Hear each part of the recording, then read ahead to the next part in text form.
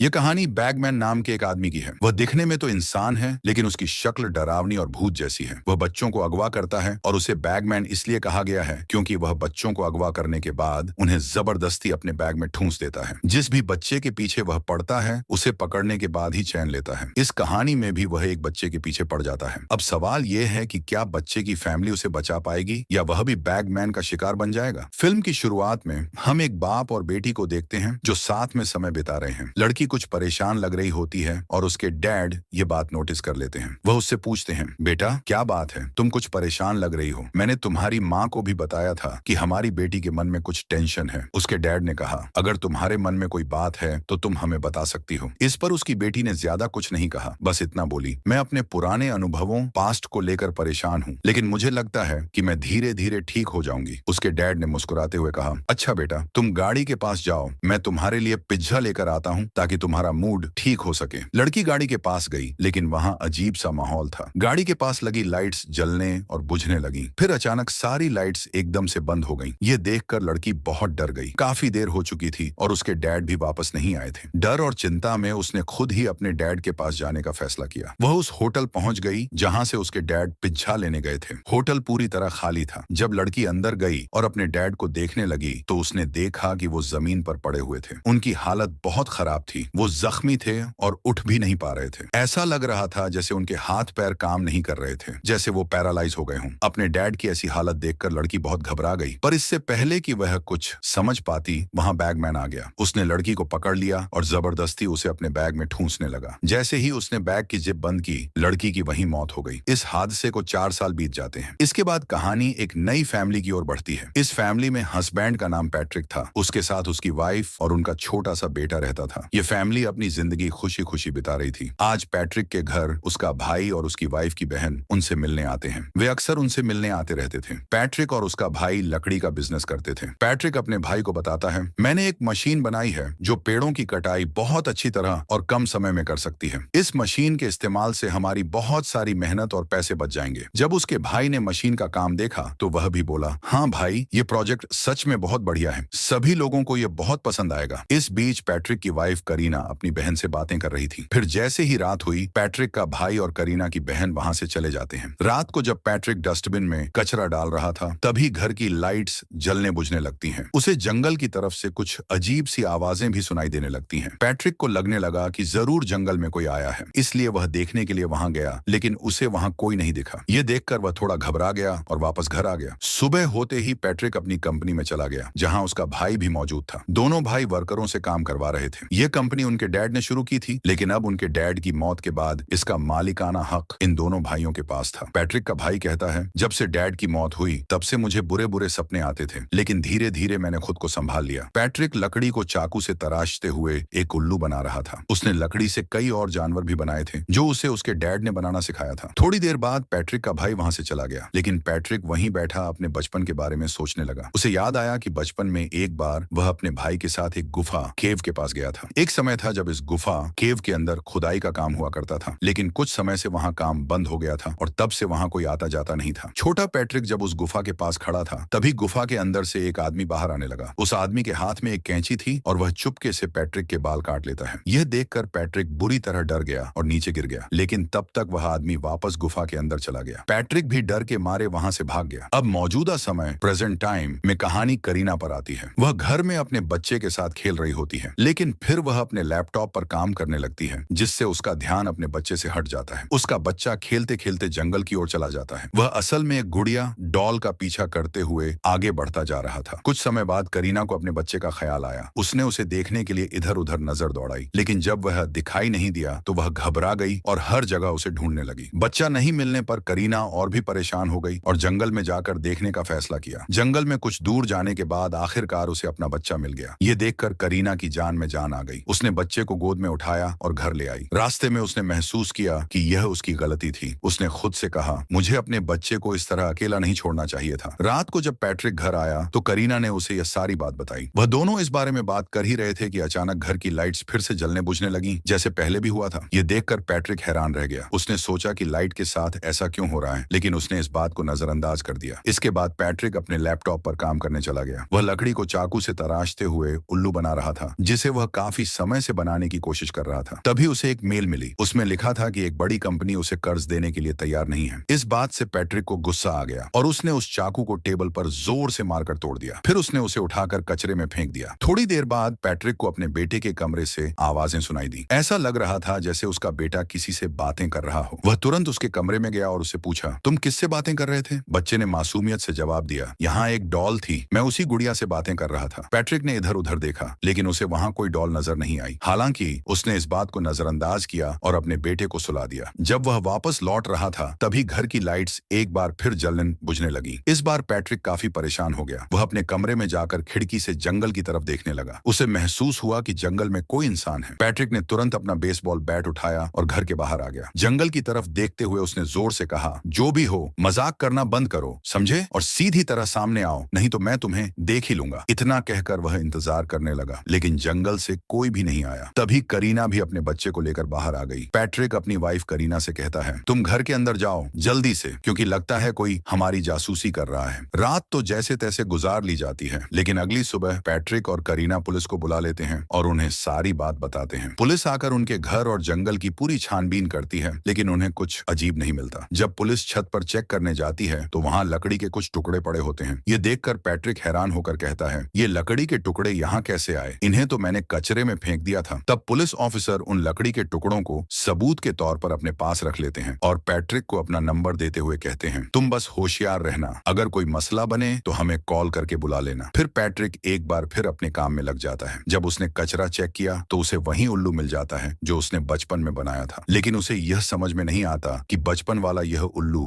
मेरे पास में कैसे आया। इसलिए वह इस बारे में अपनी वाइफ करीना से पूछता है, क्या यह उल्लू तुम लेकर आई हो? करीना जवाब देती है, नहीं, मैंने तो इसे पहली बार देखा है। यह उल्लू पैट्रिक को कुछ समझ नहीं आता। वह सोच में पड़ जाता है, आखिर मेरे बचपन का खिलौना आज मेरे पास कैसे आ गया? साथ ही यह भी पता चलता है कि पैट्रिक ने जो चाकू तोड़कर कचरे में फेंक दिया था वह भी वहां से गायब हो चुका था। अब करीना पैट्रिक से कहती है, हमारा बच्चा हर वक्त बांसुरी बजाता रहता है और इस वजह से मुझे काम करने में परेशानी होती है। फिर वह पैट्रिक को बांसुरी देते हुए कहती है, तुम इसे छुपा कर रखो। पैट्रिक उस बांसुरी को एक डब्बे में रख देता है। फिर वह खुद अपने बेटे के साथ खेलने लगता है। इसके बाद उसका बेटा नहाते हुए जिद करने लगता है कि मुझे वही बांसुरी चाहिए। इस पर पैट्रिक गोदाम में जाता है, क्योंकि वह बांसुरी जिस डब्बे में रखी थी वह अब गुदा संग्रहण स्थान में रख दी गई थी। पैट्रिक के जाने के बाद बच्चा अकेला था तो बैगमैन खिड़की खोलकर बाथरूम में घुसने लगा, लेकिन पैट्रिक को इस बात का अंदाजा हो गया कि कुछ गड़बड़ है। इसीलिए पैट्रिक तुरंत वापस अपने बच्चे के पास आ गया और उसे संभालने लगा। उसी समय करीना भी आ चुकी थी, क्योंकि उसने भी अपने बच्चे की आवाज सुनी थी। उनका बेटा बिल्कुल ठीक था, लेकिन वह यह कह रहा था, मैंने यहाँ एक डॉल देखी। पैट्रिक परेशान था क्योंकि उसे बांसुरी नहीं मिली थी, हालांकि उसने उसे डब्बे में रखा था। इसके बाद पैट्रिक कचरे को भी चेक करता है, ये सोचकर कि शायद किसी ने उसे गलती से फेंक दिया होगा, लेकिन कचरे में भी बांसुरी नहीं मिलती। अब वह परेशान होकर अपने कमरे में सोने चला जाता है, लेकिन तभी उसके फोन पर घर के अलार्म का मैसेज आता है जिसमें बताया जाता है कि कुछ गड़बड़ है। इसलिए पैट्रिक अलार्म चेक करने जाता है, लेकिन वह तो बिल्कुल ठीक था, बस किसी ने उनके शेड का दरवाजा खोल दिया था। जब पैट्रिक शेड का दरवाजा बंद करने जाता है तो वहां एक डॉल दिखती है जिस पर एक कैप, टोपी भी पहनी हुई थी, और यह कैप बचपन में पैट्रिक भी पहना करता था, यानी कि वह डॉल उसकी बचपन की थी। ये देखकर पैट्रिक और घबरा गया, क्योंकि अब तो उसकी बचपन की कैप भी वहां आ गई थी। वह जब घर के अंदर वापस आ रहा था तो यह देखकर चौंक जाता है कि घर की सभी खिड़कियां और दरवाजे बंद हैं और वह बाहर ही रह गया। वह घर के अंदर नहीं जा पा रहा था, लेकिन जब उसने दरवाजे की खिड़की से झांक कर देखा तो उसे अंदर बैगमैन दिखा। पैट्रिक काफी घबरा गया और जल्दी से दरवाजे की खिड़की तोड़कर पहले दरवाजा खोला और फिर फौरन अंदर आ गया। वह सबसे पहले अपनी वाइफ और बेटे के पास गया और उनकी जान बचाई, लेकिन जब उसने घर को चेक किया तो उसे कोई भी नहीं मिला। पैट्रिक बहुत डरा हुआ था। अगले दिन उसने पुलिस को बुला लिया। पुलिस ऑफिसर ने उसे सलाह दी, तुम्हें अपने घर के बाहर सीसीटीवी कैमरा लगवा लेना चाहिए। अच्छा ये बताओ, घर से क्या कोई चीज गायब भी हुई है? इस पर पैट्रिक कहता है, हाँ, मेरे बेटे की बांसुरी जो वह अक्सर बजाया करता था। ऑफिसर उसे शांत करते हुए कहता है, घबराओ नहीं, हम अब से तुम्हारे घर के आसपास ही रहेंगे। लेकिन पैट्रिक फिर भी परेशान था। उसे कुछ समझ नहीं आ रहा था कि आखिर हो क्या रहा है और क्यों उसके लिए दिन ब दिन मसले बढ़ते जा रहे हैं। वह इस बारे में अपने भाई को भी बताता है और कहता है, बचपन में जो मैंने उल्लू बनाया था वह आज मेरे पास आ चुका है, और जो कैप मैं हमेशा पहना करता था वह भी किसी ने लाकर रख दी है, लेकिन मैं यह नहीं जानता कि ऐसा आखिर किसने किया। अब रात को जब पैट्रिक सो रहा था तो उसे बुरे बुरे सपने आने लगते हैं, जैसे बैगमैन उसे और उसके बेटे को दूर कर रहा हो। फिर पैट्रिक अपने बचपन के समय को याद करने लगता है। वह सोचता है कि एक दिन जब वह अपने डैड के साथ जा रहा था तो वे उसे उसी केव के पास लेकर गए थे, और वहां उसके डैड ने बताया था कि लोगों का कहना है कि इस केव के अंदर एक बैगमैन रहता है, लेकिन आज तक किसी ने उस बैगमैन को देखा नहीं है। वह बच्चों को अगवा करके ले जाता है। अब पैट्रिक उस समय, क्योंकि वह छोटा था, अपने डैड से कहता है, मैं जानता हूँ आप मुझे डरा रहे हैं ताकि मैं अच्छी तरह पढ़ाई कर सकूं और अपने सारे काम अच्छे से कर सकूं। इस पर उसके डैड कहते हैं, नहीं बेटा, मैं डरा नहीं रहा हूँ, सच बता रहा हूँ। बैगमैन उन्हीं बच्चों को पकड़कर अपने साथ ले जाता है जो अच्छे होते हैं, सारे कहने मानते हैं और अपने काम अच्छे से करते हैं। तो मैं सच जानते हुए भी ऐसा क्यों चाहूंगा? मेरी जान, बस मैं यह कहना चाह रहा था कि तुम भी एक अच्छे बच्चे हो, तो बस संभाल के रहना। अब पैट्रिक का यह ख्याल पूरा होते ही वह अपने घर में एक दिमागी डॉक्टर को बुलाते हैं। डॉक्टर पैट्रिक को चेक करके उसे बताती है, पैट्रिक को बस नींद की कमी है, इसकी नींद पूरी नहीं होती, इसी वजह से उसे अजीबोगरीब चीजें नजर आती हैं और कुछ ऐसी चीजें जो हकीकत में होती भी नहीं है। मुझे अपनी रिसर्च से पता चला है कि पैट्रिक को बचपन में भी अजीब सा आदमी दिखाई दिया करता था, जिसे पैट्रिक ने अपने ड्राइंग्स में बनाया था, पर हकीकत में वह आदमी नहीं था क्योंकि उसे किसी ने भी नहीं देखा था। तो यह बस पैट्रिक का ख्याल था। इतना परेशान होने के बाद डॉक्टर पैट्रिक को सलाह देती है, अच्छी नींद लिया करो, लेकिन फिर भी अगर तुम्हें डर लगे तो एक बार अपना घर बदल कर देख लो। उसका यह आइडिया पैट्रिक और करीना को पसंद आया, इसलिए वे एक होटल में कुछ दिन रहने का फैसला करते हैं और अपने बेटे को करीना की बहन के घर छोड़ देते हैं ताकि वह कुछ दिन वहां रहे और उसका मूड अच्छा हो जाए। फिर पैट्रिक और करीना होटल में आ जाते हैं। दोनों बातें करने लगे। करीना उसे पूछती है, तुम्हारे साथ बचपन में क्या हुआ था? तब पैट्रिक बताता है, अपने डैड की बैगमैन वाली बात से